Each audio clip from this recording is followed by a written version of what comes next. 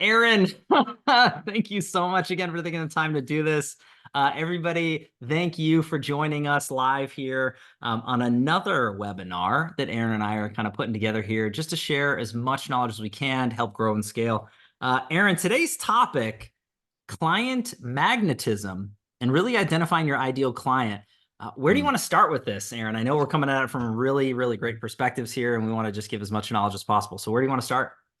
I think we start at the beginning, and I think it's sort of starting with the mistake of what I think a lot of realtors make when they get into the business. I think we all just assume that everybody is a potential client.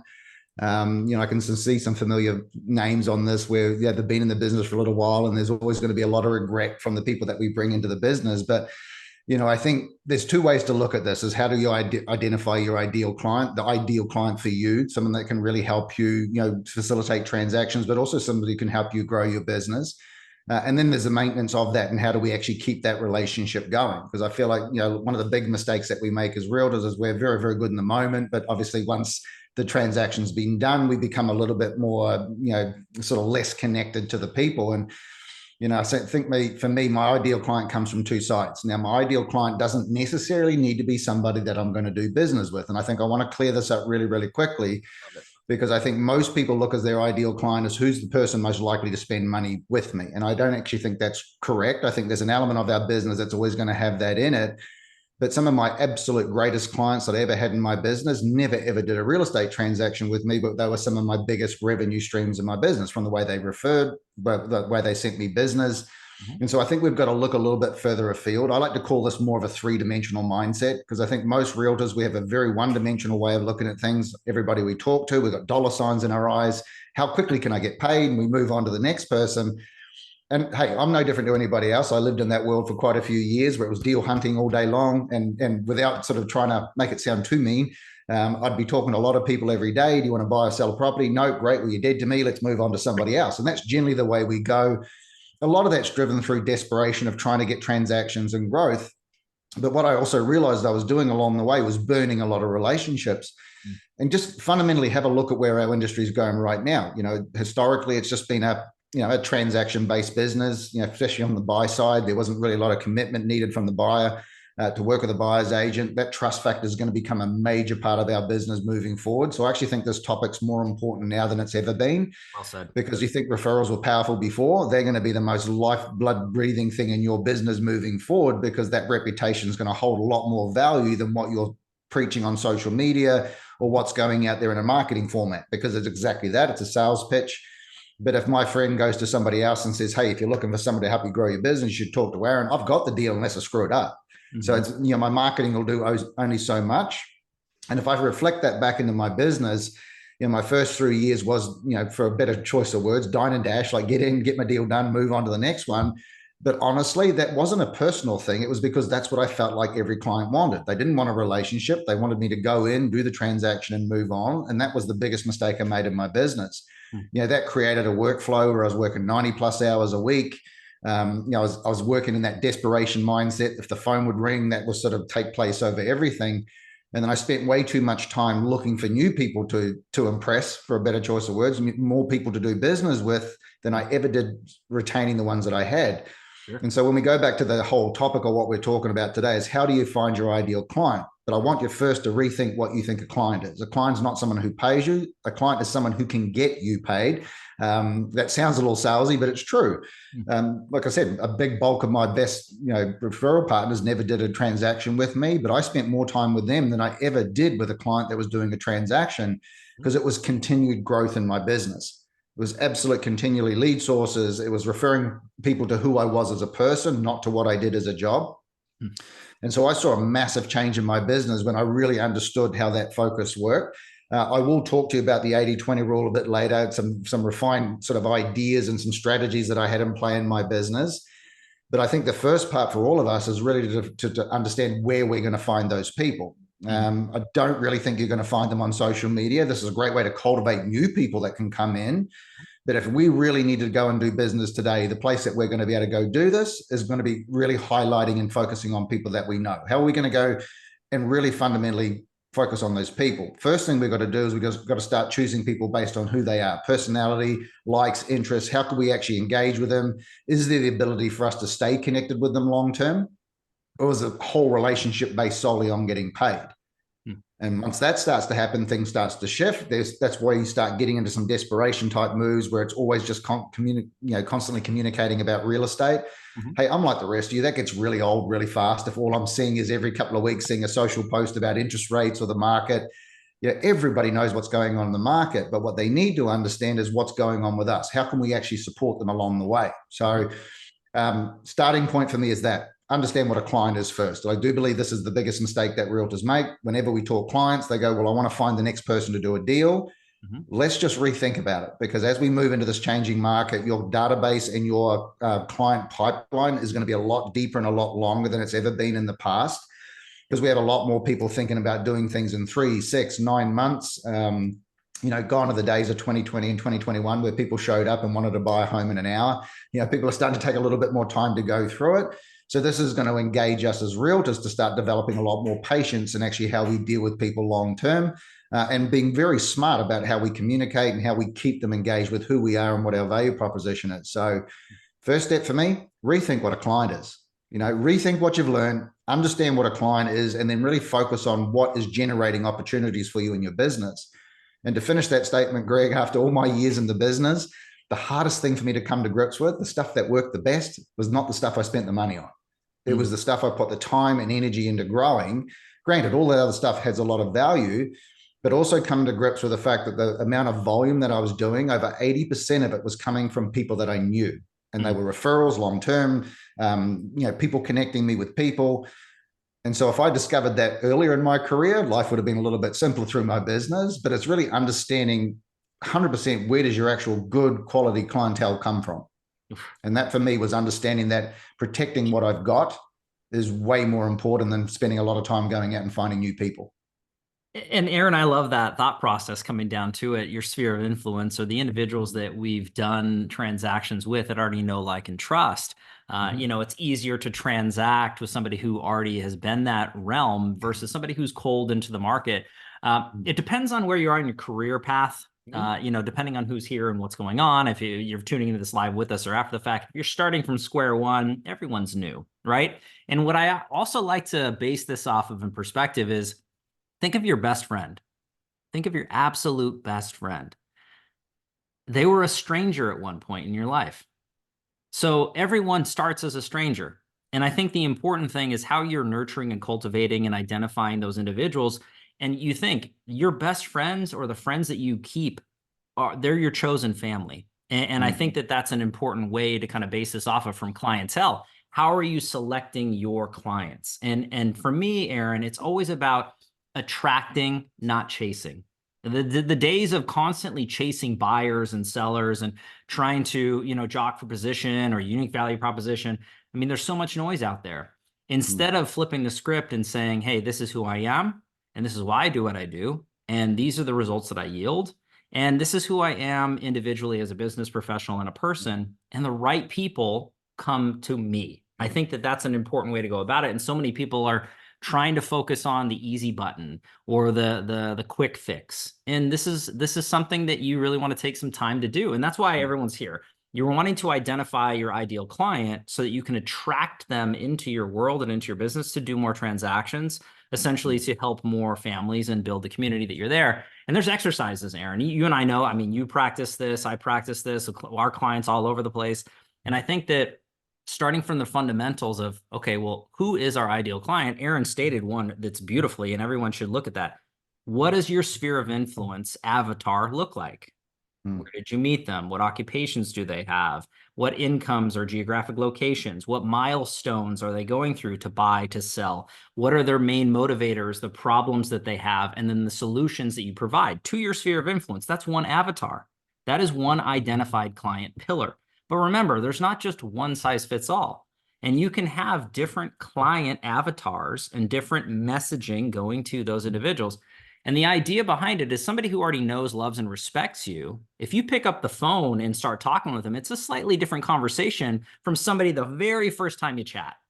And so I think we need to know who we're talking to. That's the whole point, right? We need to know who the end user is face to Mhm, face physically. Now, for me, from a nerdy standpoint, it's always going to be digitally. So, how are mhm, you projecting that out with video, with photo, with copyright across social media platforms? That transcends. It should be the same mm, physically and digitally. Aaron, you and I know this and believe this together. It's like the same person that I meet face to face or vice versa online should be that person. I don't want to mm. have a disconnect. We're like, man, I had a great conversation in the DMs with Aaron, but I met that guy and he's totally different. So I think that that's an important thing to look at is what does the client avatar framework look like? And how can everybody on this call today take a look at who do I really want to work with as a buyer? Who do I really want to work with as sellers? Who do I really want to attract if you're a team lead or managing broker owner? Who do I want to attract into my Mm. organization? Right? You got to take some time to really figure out a couple key components, and the rest of it is so easy because then you Yeah. know who they are, what they're going through, and where they're at, and then how to speak to them. The example that I give, and I'll pass it back over, Aaron, because I really want to get your thoughts Mm. on this. Example that I always give is working with two separate buyers. Right. So let's just say that you're working with a first time home buyer and they happen to be maybe into their late 20s, early 30s. And let's just say that they're at an entry level price point of maybe 400,000. And whether it's a individual couple that just got married or they're just together, that sort of thing. Let's paint that picture of avatar. Maybe they're young professionals, but this is their first home. They just got married. So we're really painting the picture. Think of a geographic location, right? That's one. That individual is going through very specific changes into their life as a young professional, young couple with their first home. Now, take into consideration the conversation you have with them versus somebody who is a seasoned buyer and seller, and they've sold 5 to 10 properties in their life, give or take, and they're in the multi-million dollar category. This is a very different person. They're in very different walks and stages and phases of their lives. The same conversation is not going to be had with both of those individual avatars. So the importance is know who you're talking to, what their needs, wants, and desires are, how you can actually articulate your unique value proposition and help them get from their current situation to desired situation. That's physically face to face, two different avatars, two different conversations. The same thing happens online. The same thing happens digitally with your content on social media, with your websites or landing pages, your calls to actions. All these things translate. So, Aaron, where does your head go with building this? Right? Okay, I want to throw a complete spanner in the works right now, Oh, and I want to really do it, hit confuse it. everybody, and I want to get everybody to start thinking a little bit different because I think what you just said is so spot on, Greg. But I think for me, I personally think it's like that is a real fundamental. But that is for most people what the starting point. We go out, we try to identify who our ideal client is. I will tell you, hand on my heart, it is physically impossible for you to identify your ideal client if you have no idea what your business does. Like if you have no process and if you have to adjust everything you do based on the client that you come to, you're adjusting who you are, you're adjusting your standards, you're adjusting your value prop. And what you're doing is you're lowering your standards and your service level every time you meet somebody new based on who they are and what their demands and what their needs are. And I have a value and a motto in my business that there's never, ever a good time to lower my standards. And I don't care how good of a relationship I've got with you, you get the full service every single time because it's a voice that can share what I do. I think the biggest mistake that I see a lot of realtors make, and I'll challenge them on it. I'll sit down and say, like, explain your business to me in a nutshell. And they go, well, I sell real estate. They go, no, explain it to me. How does it work? What do you do? What's your communication style look like? Because that in itself will predict it. Now, if you're not a super social media savvy sort of a person and you're explaining to me you've got this incredible online social presence, but if it's not your thing, you're not going to attract the people that you do. So for me, it was really finding out what is my absolute best way of communicating with people, what gives me the most comfort when I'm engaging, what generates the best response. And then my clientele is going to fit in around that. My business has to replicate who I am when I'm at my best. Like, what are the certain things that I can go out there and do that are going to put me in the best light? You started talking about it as well. Like we go on social media, we know it's all fake. Everything we put on social media is an over exaggeration of reality. It is what it is. It's marketing. Everything we do is in that framework to a certain degree. To a certain degree, I'll say that, but just understand a lot of the ads and things that we see are not going to say, hey, this program's average, you should buy it. It's always going to be, it's going to change your life. And we do that as realtors as well. But if you really want to take this to heart and really do something sensible about it, the first step is understanding who you are. Like, what is your absolute strength? And I like to call it your success markers? Like, what are the certain things that you knew if you did them every day were always going to produce results? For me, it was 100% getting on the phone. And not because I loved doing it. I absolutely hated doing it like the rest of you, but I got a human reaction that I could deal with. My strength was working out what people were going through, having the ability to construct a conversation based on their needs, wants along the track. I can't do that via an email. I can't do it via a text message. Definitely can't do it on social media. But what I also found through those other meetings is I wasn't generally getting the truth up front. I was getting a bigger picture of what they would love to do without having the ability to solve the issue that they were going with. That's also the thing that I struggle with, Greg, is what I found worked for me wasn't always something I liked doing. Yeah, and I think that's a real tough one as well. And so I had to look at my business in two different ways. Number one, what works and what produces results. I couldn't put an emotional standpoint behind it. I can't just go choose the things I like, because you're always going to choose the things with the least amount of resistance, the ones that you can sit there in solitude and just keep doing it over and over again, cross your fingers and hope it works. I don't work that way. Like, I got to put myself in a comfortable position or an uncomfortable position that's going to generate opportunities. And for me, that was really hard to go, well, this is the stuff that works. I don't like doing it. And so rather than give up on it, I just found better ways to do it. Reconstructing a lot of different things that I'd always been taught, finding different ways to do it, understanding what sort of responses I was getting with people. The review process is super important as well. Great way to find your ideal client. Who's opening your emails? Who's responding to your text message? Who's actually engaging with you? Because that's already giving you a trigger to know who to start building a relationship with. Now, if you think with that three-dimensional mindset, if I love your content, Greg, and I'm engaging, and I do, it's wonderful. But if I keep engaging with you over and over again, this is an extension of my network. And I think if we really want to start focusing on growing our business, the growth model is not about how do I get more deals. The growth model right now is how do I get more people connected to my network of who I am and what I do. Because it's just going to be a numbers game. Like, we want people talking about us.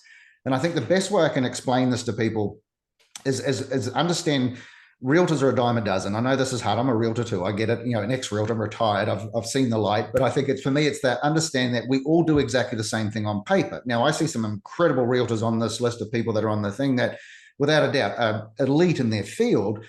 But from a marketing standpoint, we all offer the same thing. The only point of difference we have is when we start engaging with people. So I'd really sort of sit down and go, like, what is my point of difference? How do I bring the right people into my business? And what I used to do was tell people how good I was. I was number one agent in the country. I was like, this was my sales pitch. This is what's going to get people engaged in my business. That was the dumbest thing I ever did, Greg, because it was an ego trip. It was absolutely me trying to jam down your throat how good I was at selling real estate when, ironically, not a single person cared. If I've got a business card, I've got a job, they assume I'm pretty good at it. When they make their decision is when they meet me. I got more objections when I posted that than when I never did it, because it was never... the objections became, who's going to manage my property? Who's going to show the home? So that it created a lot more objections. And the way I best like to sum this up, and I'm going to use you, Greg, because I know you never get offended by anything I say, but if I said to everybody on this call right now, look, I know the greatest social media guy there is in the industry. His name's Greg Fowler. He's incredible, but quite honestly, as a person, he's a bit of an ass. There's not one of you people that would actually reach out to him, use him in business. But if I went the other way, he's not. But if I went the other way, and this is the truthful way, if I said, look, I know this guy, Greg Fowler, he's in the social media realm, does some great things as far as I know. I don't know what he's like in that field, but as a human being, you are never going to meet a nicer, more honest, straight up person. Every one of you is going to reach out to him. We need to start selling the right thing. And I think if everybody can write this one down, this is going to be your keeper. The biggest objection that we've got moving forward in our industry is not what's happening in our marketplace. It's got nothing to do with interest rates. It's got nothing to do with the market. It's got nothing to do with lawsuits. The biggest objection you've got to deal with right now is past experiences people have had with realtors. Why don't we start changing that? Because every objection when you walk into a buyer consultation or a listing appointment, the objections come. If they're not first home buyers, obviously they're just going to have some fear involved in what they're doing. But if people have bought and sold real estate, they've been watching what's going on in our industry, their objections is based on their belief that there wasn't value in the last experience. Let's change that. When you want to find your ideal client, you need to know what you do. You need to understand exactly what your foundation of your business is, what your structure is. You need to be able to explain it to people in detail. Something that we're sharing with all our clientele right now is our industry, the biggest shift we've got, it's no longer a tell me market, because every agent can tell you exactly what you want to hear. If you cannot show me, you're out. You need to be able to show me what you do. I used to share my communication plans with my clients. When I would sit down to a listing presentation, I'd show you exactly what my follow-up process was from every open home. I'd show you what my follow-up process was every time an offer went in, what the follow-up process was with the lender, documents. And so I would show you that early before it was a problem. So you understood that I had a game plan for everything that would happen in the business. And you watch people's attitudes change because that anxiety starts going away. The fear of going through a big transaction shifts. And so write that down. If you cannot show me what makes you different, don't start telling me, because I'm going to need to see some proof. So this is really where we're focusing right now. Is we've come through this industry for the last 5-6 years where you could show, tell me whatever you like, and most of us will believe it. But now that we've had a lot more exposure with the things that have been happening around our industry, and I'll be honest, I love it. I think that it was time we needed a shake-up. We're seeing some cool changes happening at the moment, which is proving our point that very little is changing other than the fact we've got to be a bit more serious about how we run our business. Sure. And it's coming down to that fact, I need you to show me your point of difference. And when they say you, that's you. What makes you different to every other realtor out there? And if you can show me, which is, this is what everybody does, but I'm going to show you exactly how I handle it. This is exactly what I do. I'll walk you through every step. And it stems from a quote that I love. And I actually believe I made it up, but somebody else probably did. But bad news delivered early is just information. But when we sit there and we fear sharing things with our clients about, potential appraisals coming in light or low offers, I share that up front going, hey, here's what's my game plan is if it happens. Don't worry about it. It's part of the process. Here's how we deal with it. And so when I wanted to find my ideal client, when I'm showing people something, I watch how they react. Because one thing we also really need to understand is what people say, but how they react to it tells us everything we need to know. So if I'm showing somebody all my steps and I start to see them relax, I know I'm good to go. If I start seeing them get a little bit more tense, then I'm going to slow down and say, like, is there part of this you don't understand? I'm engaging with a person. And I think the real thing that changed my career and my life was when I understood that I do not sell real estate for a living. I don't. It's a byproduct of the relationship that I have. My whole business is about cultivating a group of people that are going to support me no matter what I do. I actually used to have this thing. If I ever decided to go sell flowers, all my clients would come buy flowers off me. So I'm not there yet. But I mean, if you actually thought with that mindset, would your people follow you if you went to a different industry? The answer is hell no, because they only know you for doing one thing. Think about the show me. And this is where the real dollars are starting to get made in this business right now. It's something we've been working on for months, Greg. Like if you're not going to expose what you do and show people without the fear of a reaction, then you're just going to be a tell me realtor, another one with a great story. And eventually you're going to get caught out. You're never going to get resistance to it. It shows massive professionalism. It shows you've got super confidence in the way that you run your business. It proves every point you need, but it also solves the number one problem. There's never been a realtor before you that's gone to the effort of doing that. And if you want to remove confusion, fear, and anxiety, this is how you go about doing it. And I'll be honest, I got a little nervous when I started doing this, Greg. I thought, man, but I wasn't doing it to solve the problem with the client. I was doing it to protect my relationship. Because one of the things I used to always look at is what creates the anxiety in the relationship I have with clients. It's when surprise things happen. It's like we do the listing presentation and the client's all excited about getting this great offer. And then somebody comes in the first week and offers you 20% lower than the list price. And you're terrified to show it to your client because you know they're going to yell at you. If you went through that process, showed me what you do with a low offer up front and say, look, don't worry about where it starts. It's where it ends. Here's our counter offer strategy. That's also a great sales technique, but I was doing that to protect my relationship because I always used to know whenever I put somebody would present a low offer, they put it in writing by law, I've got to do it, that my client would look at me and go, what are you doing? Like, why are you presenting this? So I was going to fix that problem.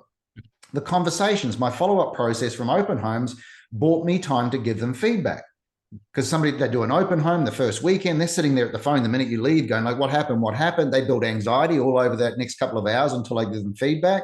So sharing with them, look, here's what I do for the next 2 hours. I'm going to be following up people, getting to a point where I can identify who's interested in the property. I will respond within 2 hours after the showing or the open to give you some honest feedback, but give me that time to do it. Because if I've got a client with me, the last person I want to be talking to is you. I'm just preventing that becoming an anxiety part of the business. So what I was actually discovering that sometimes you don't need to find your ideal client, you can actually create them by showing them something completely different.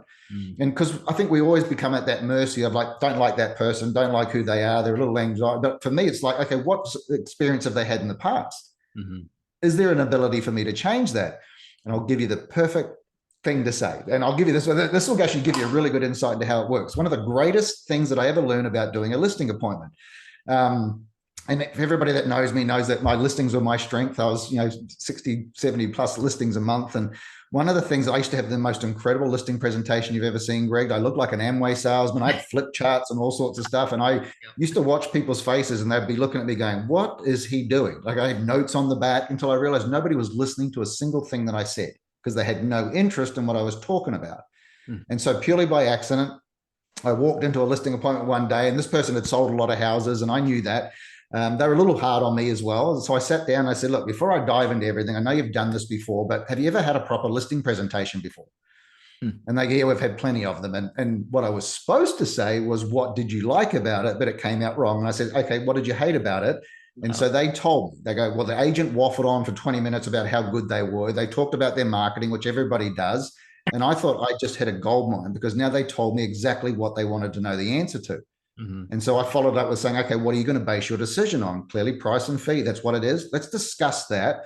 And if I can solve that problem for you and you feel comfortable, we can make the decision to move on. And if not, we can shake hands, be friends, and so be it. The thing that I found changed dramatically was, number one, they didn't look at me as someone that was wasting their time. It gave me a lot of professionalism.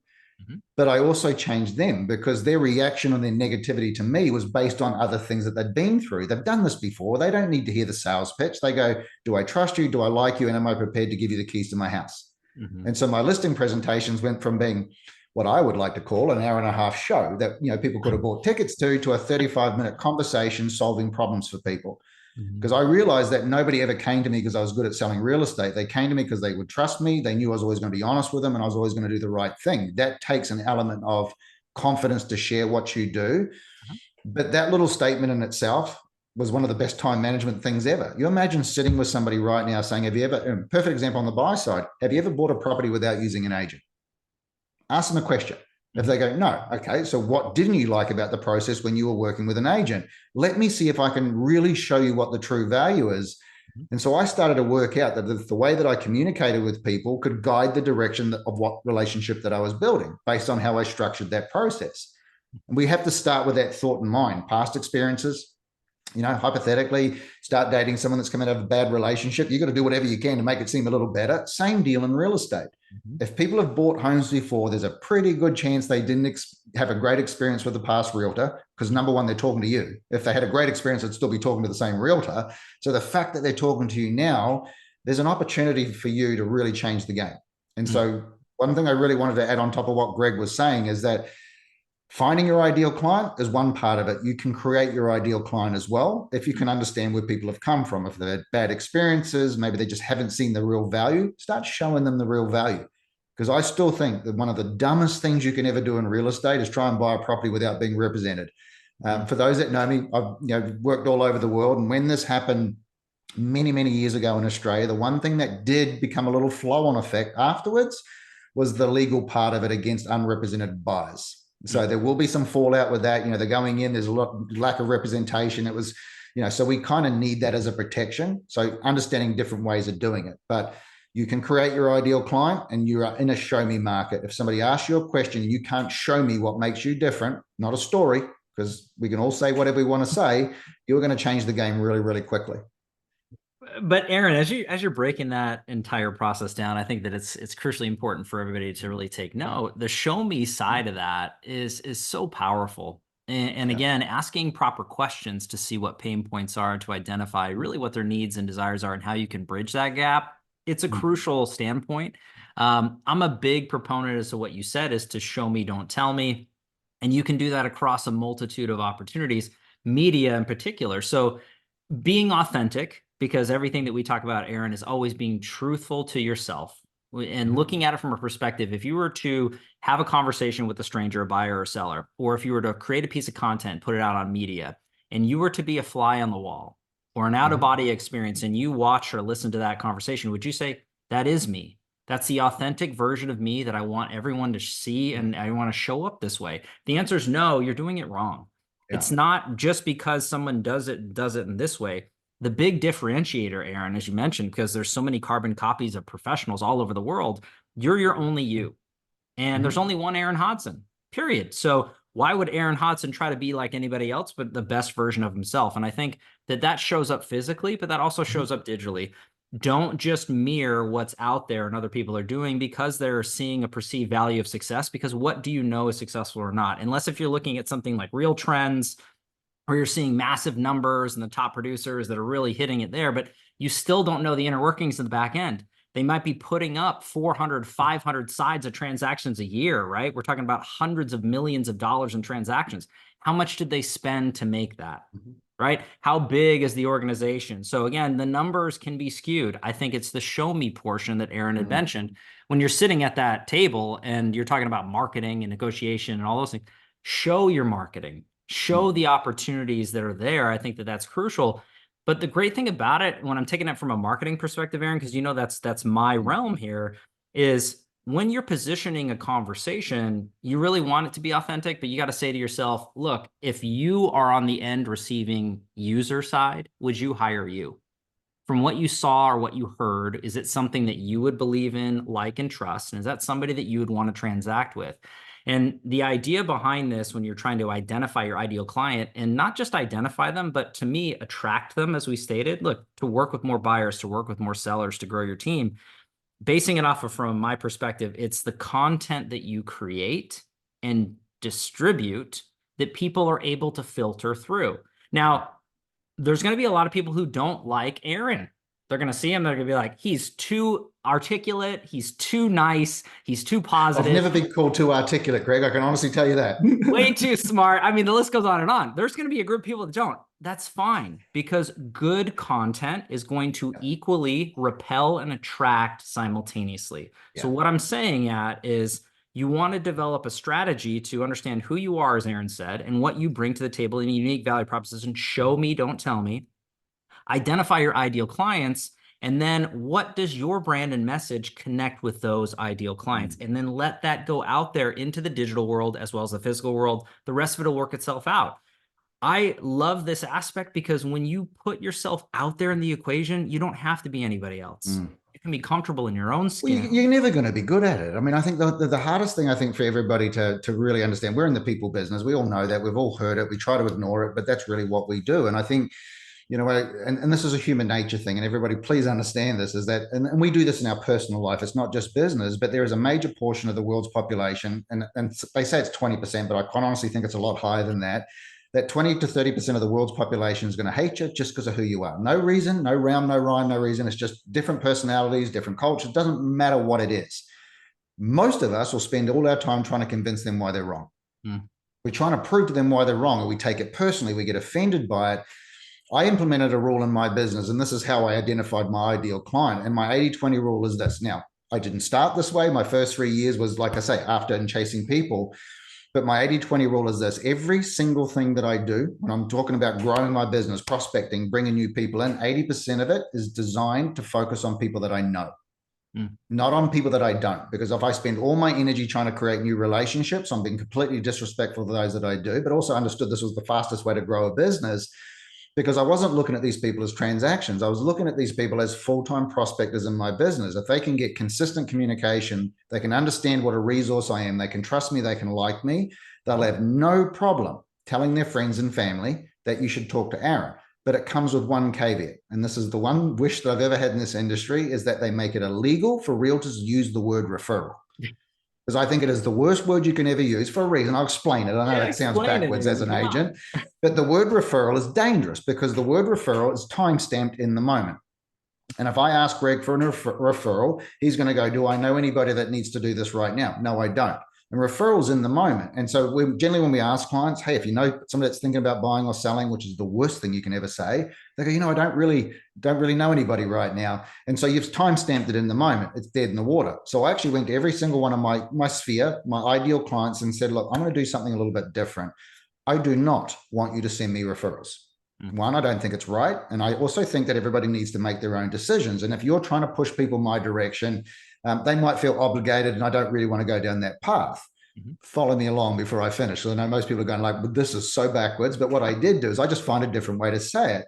And so I'd go to all my people and say, look, I don't want you to send me referrals, because I think everybody needs to make their own decision. And if I could give somebody one bit of advice in the market right now, do some research. Like if you're thinking about selling, interview 2 or 3 agents. Yeah. And so what I really want you to understand is if you know anybody that's thinking about doing anything in real estate over the next year or two, I'd love to be part of the conversation and be considered for the opportunity. I'm happy to walk them through the process, help them along the track.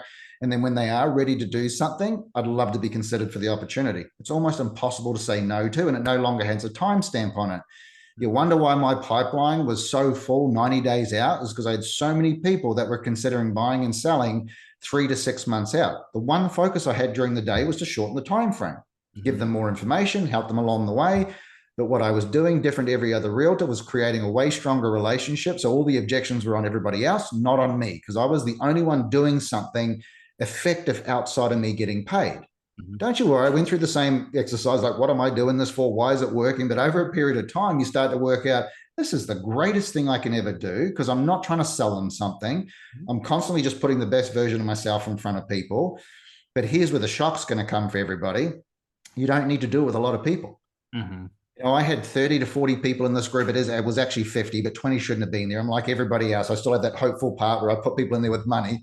But there was about 30 people in my sphere that I spoke to regularly. Every 2 weeks, I was on the phone with them. I client profiled them. I knew everything about them. I knew where they worked, their jobs, where their kids went to school. I had all these reasons to connect with them that had nothing to do with real estate. And 70% of my volume, probably minimum, a little bit higher than that, came from those 30 people, because it's not 30 people, it's hundreds, because they've got a network of people that they connect with. And all they were doing was saying, look, if you're thinking about doing it, you should talk to Aaron. He's somebody we trust, we like him, absolutely have a conversation with him. He won't put any pressure on you to do anything. Now, we're not talking a couple of deals. I was doing 60 deals a month. I was getting 45, 50 deals a month from this group of people. It expands. But I tell you, it takes a lot of work. But it's the most consistent market-proof action you'll ever do, because the only one thing that everybody on this call has that they can protect is the relationships you've got. The rest of them, they're everybody's. They're free game for everybody. And the 80-20 rule for me works in another way, which is if you're prepared, whatever you're prepared to do for a new client, you've got to be prepared to do quite a lot more for the ones that you've got. But most of us aren't. And I'm going to sort of finish this little section with a quote, and I want everybody to take this to heart. I live by this because it's a reality check for me all the time.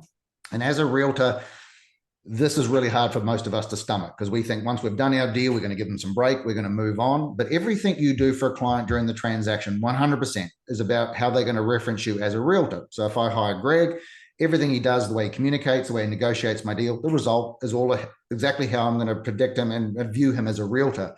Everything he does before and after is exactly how I'm going to see him as a person.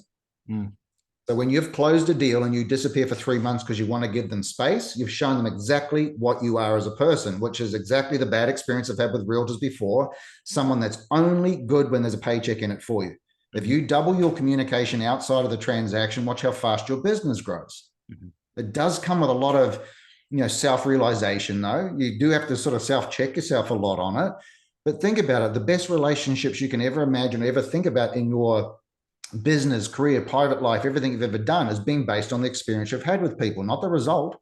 I mean, you think about restaurants. We've all been to restaurants where the food may be a little average, but the service is incredible. So you go back every single week. You love it. You love the people, the experience. We've also all been to incredible restaurants where we'll never step foot in the place again because they treat us like crap. The food is the element. It's not. The experience changes everything. And for me, that was the biggest wake-up call in my business. If I can create an experience you'll never forget, irrespective of the result, you'll keep coming back, because the result's unpredictable. It's going to be market-driven. The experience I create with you, I can predict everything that's going to happen, how I communicate with you, how I talk with you. When I engage with you when things aren't going well, that's all going to show you what I'm like as a person. That's the experience you share with people. And one of the things that sort of really drove this home for me was the worst year I ever had in real estate was a market like what we had in 2020 and 2021. My average days on market were 2. Things were selling. Most of my listings sold before they even hit the market. I did 650, 700 deals or whatever it was. It was a great year financially. It was phenomenal. Things were going really, really quickly. My best year that I ever had in real estate was exactly like what we're in now. However, with the days on market over 90. My best year ever, just under 1,000 transactions. And trust me, it was a lot harder to do mentally, but I was engaged with way more people. My listings got exposed on the market. There was more branding, more signage out there. I had more opportunities to leverage what I had. In a quick market, You don't have the ability to expand and show your value prop because it's done, sold, and off. And that's also where we get a lot of objections about what the hell did I just pay you for? Because it took you 24 hours to do it. So the markets that are a little slower give you a lot more opportunities as well, but you've got to have a business unit that knows how to handle it. So the ideal client, I know we're going a lot of different directions with it. I believe it can be created, but your character is what drives the ideal client, not your skill set as an agent. Mm-hmm. And if you can show people what makes you different, you have to do that consistently. It's huge. The other thing is communication style for me was really, really different. My clients are never going to love me for calling them for an hour once every 90 days. Because I tell you what, that's just showed you exactly what I'm like. I'm too lazy to talk to every week. Small, frequent interaction is what builds a strong, sustainable relationship. Mm-hmm. Best way to look at it, if anybody's married on this call right now, try communicating with your significant other the same way you do with your clients. How do you think your relationship would last? Mm-hmm. Some of us might say if I spoke to my wife once every 90 days, things would be a lot better, but I don't want you to go down that route. But understand we're dealing with people. The more I talk to you, the more I engage with you, the more I acknowledge who you are, what you're doing, successes, all that sort of stuff. That's showing character all the way through. Mm-hmm. And so I do believe there's an element of creating the ideal client. Starts with setting the right expectations, sit someone down. What do you need? What do you expect from me as a realtor if we decide to work with? Great relationships work both ways. I've got expectations on you as well if you want to work with me. We're a partnership, creates honesty. There's a lot of different things that we can do to create the relationship. Imagine if life changed and before you dated anybody ever again in your life, you had to have a 30-minute expectation meeting about exactly who you were and what you wouldn't change. Imagine how life would have been different if we'd actually set expectations rather than just trying to freeform our business based on whether we were going to get paid or not. And I will be honest with it, though, it is tough to do because sometimes, the desperation kicks in. We're running a business. We need to get paid. But the one thing I will say to you is you got to be honest about what you want to keep. Mm-hmm. And I actually had to share this the other day, Greg, because I never even thought about it. But I had somebody say to me, hang on a minute, like you're communicating with all these people. Your database must have been huge. And like it's physically impossible for you to do what you said you did. And I've gone, okay, I've missed one key component, which is telling people the truth, which is this. And this number's a lot higher as well. And I think every realtor is going to really appreciate this because I would say over 70% at least of the people that I did real estate transactions with, I actually never wanted to see them again. Wow. It was a deal. It was done. We move on. And I think we try to create relationships with the wrong people. Mm-hmm. A major part of my thought process when I first met somebody is this something I can maintain and I want to keep going for long term? If it's not, it becomes a business transaction. I do what they pay me to do and I move on. So a lot of my process was identifying, the individual. Do I get on really well? Do we have great conversations? What does their network look like? Is there somebody that I would actually have enjoyment talking to on a regular basis? Unfortunately, most of us try to keep everybody. Sometimes you got to let people go. Mm-hmm. Now, I say 70%, but I got to be honest, it's probably a lot higher than that. You do the deal, go, oh, thank God that's over. I hope you move on to your new life and we never talk again. But you have a business strategy for that as well. And we always try to cultivate relationships, I feel, with the wrong people because we're trying to prove a point. Sometimes it's easy just to shake hands and go thank you and move on to the next person. But I mean, if we had this right before we started business, and you actually mentioned it earlier, new, old, doesn't matter how long you've been in the business. Mm-hmm. I mean, we've had an incredible amount of success with brand new agents because they can actually focus on this without having a history in the business. Because if I like you and trust you, I'll still give you a shot. Yep. I don't expect you to get it, but I'll still give you a shot. I mean, if you're in the listing appointment, you've still got an opportunity. And then for people that are been in the business a really long time, you want to start running a really consistent business, which is having regular income monthly, reduce the amount of hours you work, implement the 80-20 rule. You want to get market proof. You want to make sure that you're filling your pipeline, protect what you've got. If you're constantly out there looking for a new relationship and a new client, you're disrespecting the ones that have already shown you how much they appreciate you. I love that 80-20 rule and the breakdown of what you said there, Aaron. I think everybody taking that to heart is going to be massive. 20% of the time, pipeline building and looking at it from a perspective, the 80% that you really love and respect and love to transact with and build past a transaction, identifying the 20% for your pipeline building or adding new water to the well, as it were, and mirroring content and yourself for them. Right? That's giving you all the breadcrumbs to success that you need, that roadmap or blueprint. The touch points that you mentioned, I think, are crucial. I mean, the follow-up and pacing is everything. And I love the analogy of the relationships and how many times you communicate that way. For me, this is where my digital brain always comes into effect. I think nothing's going to beat a face-to-face cup of coffee with a friend. right? I mean, getting involved with people, nothing's ever going to beat that. A Mm. phone call and having those touch points. I mean, that should never go away. Shaking hands, meeting people, but digitizing that feeling to make sure that at least you're out there in the places that are needed so that to your 80% of your sphere that you're trying to stay top of mind with, providing value to and have touch points communication, digitizing that emotion and the value and the connectivity that you do physically, digitally, is going to allow you to have a multitude of touch points so that when Aaron picks up the phone once a week or twice, once a month going into that category, that, oh yeah, gosh, Aaron, I saw you multiple times on different medias that I'm on Instagram or Facebook or YouTube, and I appreciate the call. It's just adding another layer of value, right? It's Yeah. not to say that one is better or worse than the other that way. I think they go hand in hand. I think ultimately showing up in as many ways that provide value to your sphere, the 80% that Aaron was talking about, physically and digitally, is the way to go about it. But doing it in such a streamlined way that's authentic to you, that Can provides. I just add one point on what you said there, Greg? Because I think everybody can appreciate this. You know, the fear of getting on the phone, and I get this all the time. The biggest objection that I get is, well, this is not how people communicate now. You know, they do everything through text messages and emails. I'm going to tell you right now, forgive the language, that's utter bullshit. That is not true. It's because we get used to the non-confrontational communication. Now, the reason why I was always on the phone and understand where I'm coming from is, yes, most of the time people don't pick up the telephone. Most of the time they don't. I'm leaving a voicemail. The most important reason why I made phone calls is to educate my people on how I want to communicate. Because when Mhm. you need me, you'll pick up the phone and call me. If the only way I know I can connect with you is via text message or email, speed now becomes an issue. Because if I need something and I text you and it takes ages for you to get back to me, all of a sudden I'm moving on to the next realtor. My communication style was to teach people how I wanted to communicate with you. It sets an example. What do you think the number one complaint with realtors are? We're unavailable. We never pick up the phone. We're always too busy. Busy doing what? I got no idea. But you're always too busy because you put it in your own time frame. I Mhm. would call every single person, and I always start it, then I'd follow up with a text message or an email. My communication is 3 times. Mhm. If they don't pick up, I'll leave a short voicemail, send them a text, or I'll send them an email, depending on what it is they want to do. But the Mhm. reason I would make the call is not to get people on the phone. Number one reason, so I show you how I want to communicate. Mhm. And if you can start teaching people what makes you different, mine was that. Like if you need me, you know you can call me. You're always going to get hold of me. And it was me that was doing the communication. Most of my communication was, hey, it's Aaron. Sorry, I missed you. I'll call you back later this afternoon. I Mhm. get text messages. Oh, I'm out of the office, or I'm out with the family for the day. I've done exactly what I needed to do, was move my name further up the list. Mhm. We don't have to have life-changing conversations with people to Mhm. get the business from them. We just have to be persistent and consistently top of mind. Mhm. And the hardest part about it is the communication that we get taught to do is designed to get you forgotten. Because I mean, if you only talk to somebody once a month, there's not a single person here right now that remembers who they spoke to 3 weeks ago and what you spoke about. So how the hell do monthly phone calls actually work if Mhm. you don't even remember what you did? So for me, it's every 2 weeks, Mhm. some form of communication.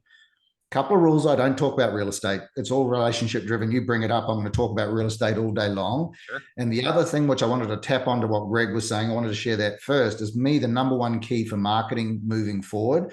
is talking a lot less about what you're about to do and talking about what you've done. Mhm.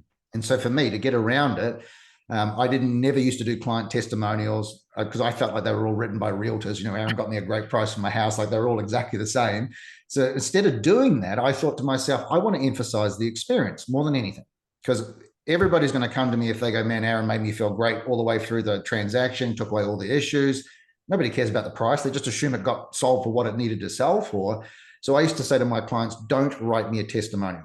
Give me a quote of what it was like to work with me. Now it's service driven now. So I'd have people say, I mean, I've got one that always sort of sticks in the back of my mind because it was a very personal one. It was a client that I had who his wife passed away from cancer. And when him and his kids moved into a new home, I took a photo of him jumping on a trampoline with his kids. And his quote was, it was awesome working with Aaron because he helped us jump into the next phase of our lives. And I had little quotes like that everywhere.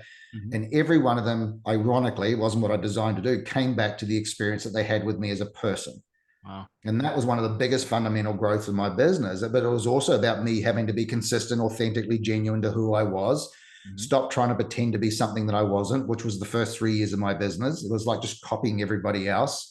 Mhm. But what I realized that I could do was take guidance. It wasn't about copying, it was take guidance, like the fundamentals of what they do, just Mhm. don't like the way they deliver it. I mean, I didn't like the way open homes were done, so I found a new way to do them. Didn't like door knocking for 3 hours a day, found a different way to do it. Phone calls, same thing. The fundamentals are there, but if we can't find a way to make it work for us, we're missing the boat. We're just going through an action of doing what everybody else is doing and then getting frustrated as to why they're getting results and you aren't, because you're just replicating somebody else's process. So even when you think about social media, if you're uncertain what to post, talk about what you've done.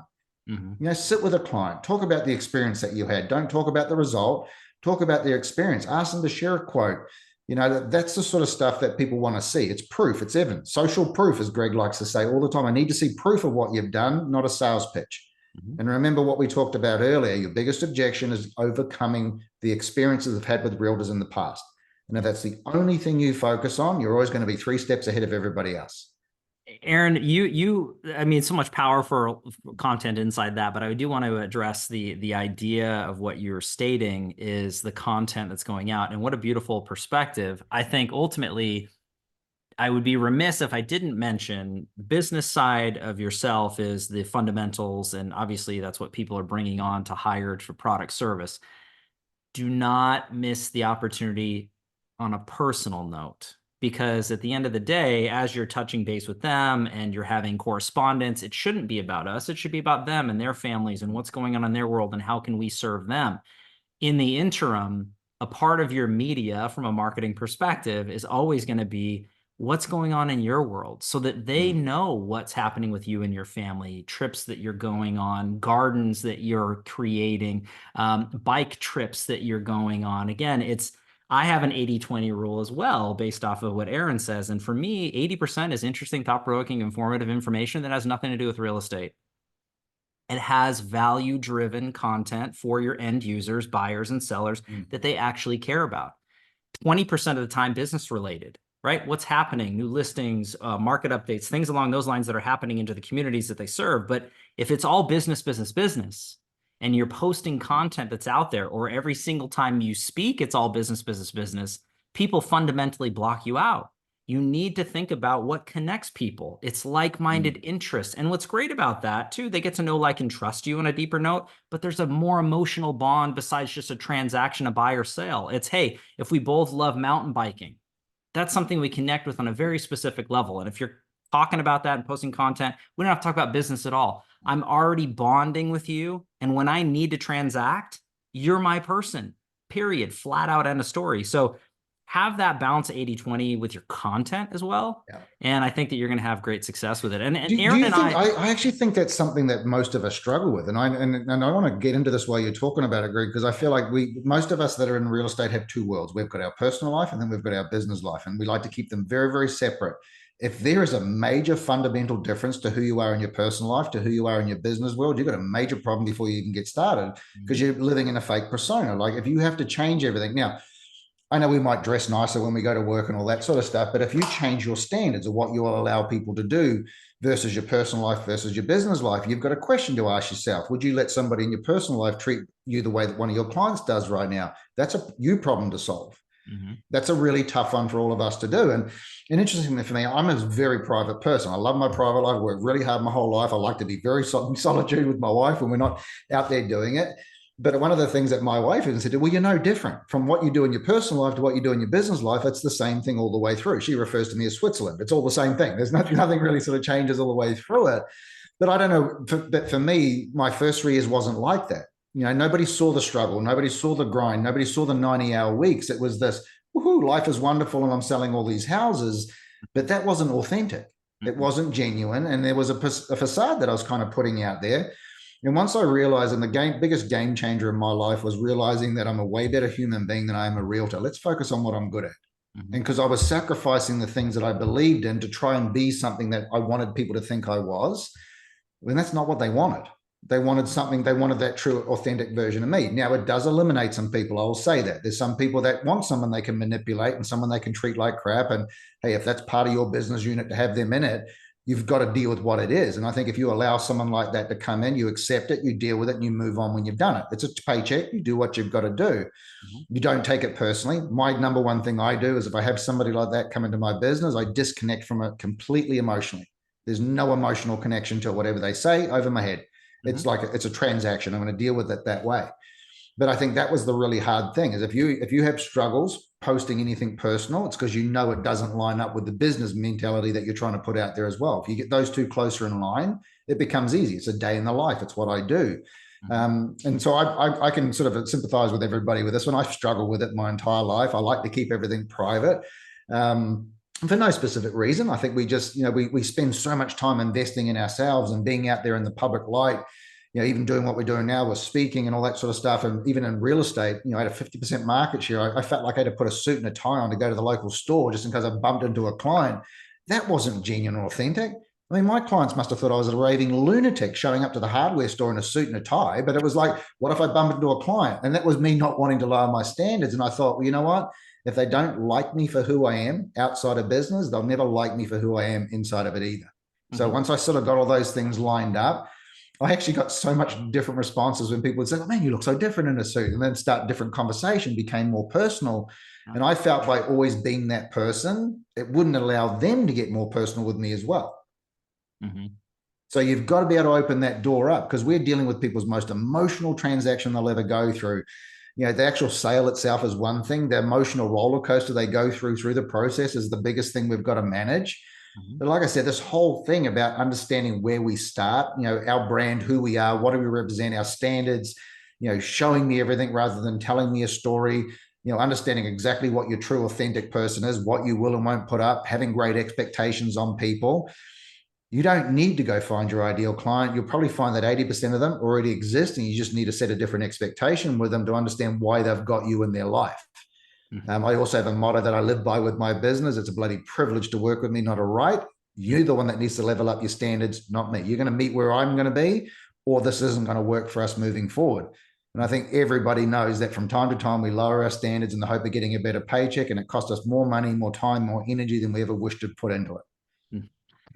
I think that that's kind of capped nicely too, Aaron. And again, at the end of the day, when you're talking about identifying your ideal client, I mean, they're there. And Mm. to me, the most important thing is that you just allow them to come into your world. You don't need to chase, you attract. Having that end user in mind and always looking at it from that perspective, I think is crucial. And Aaron, you and I have put a lot of time into, what we've kind of built here, and I want to talk about that just for a couple minutes to finish everything off here, because there's a lot of conversation on it. It's one thing to understand your ideal client or attract those into nature, but we've painstakingly gone through what I would like to consider the most important fundamental basis of really looking at it from systematizing this whole thing.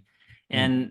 And, from building your brand, to identifying your ideal client, for the content creation that's authentic to you and to your ideal client, distribution, video. I mean, the list goes on and on for follow up. I mean, so I want to talk about that before we cap everything off and leave any Q&A for anybody out there. So do you mind talking about Authenticity Accelerator a little bit? Yeah, And I mean, hey, let's be honest, Greg. If we knew what we knew now when we started doing this thing, we would have realized what we were stumbling onto. But I mean, Greg and I have known each other for years, and I think one of the biggest, I think, struggles we've always seen with people is there's such a vast difference between what we portray and then who we are. And so we created an understanding of, it's a program called the Authenticity Accelerator, because it's not about, something new or showing you a different marketing technique. It's showing you how to merge what works and with new technology. Mhm. For those that know me, I'm pretty old school. I like things I can control. I like to get involved in it. And Greg's my go-to guy when it comes to anything technology. How do I take this and turn it into something that can go a little bit further?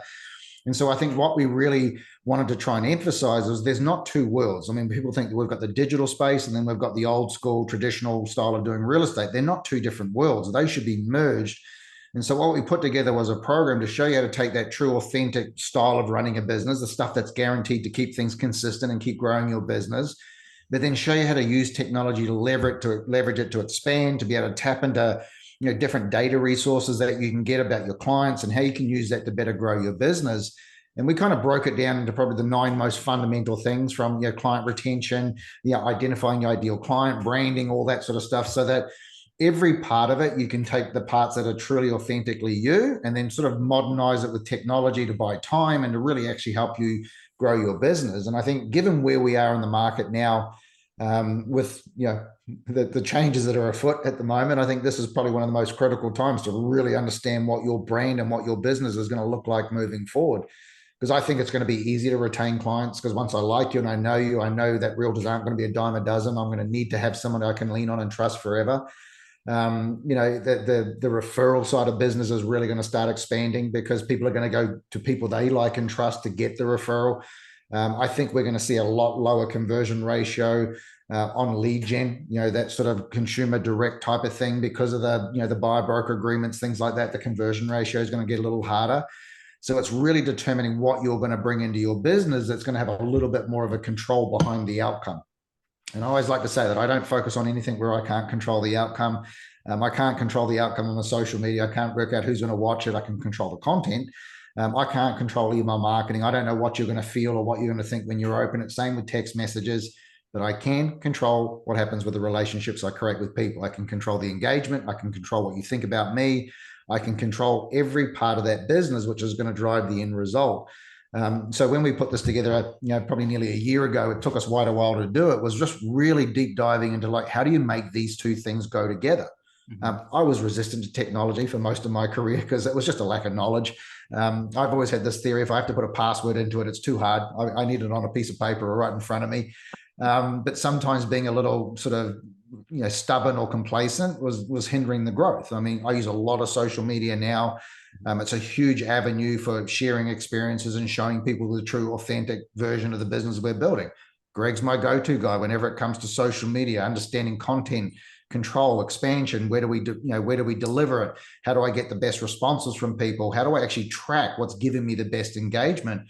And that's just taking what I already know how to do and turning it into a digital format, which is going to give me 10 times the exposure of what I could do, doing it one person at a time.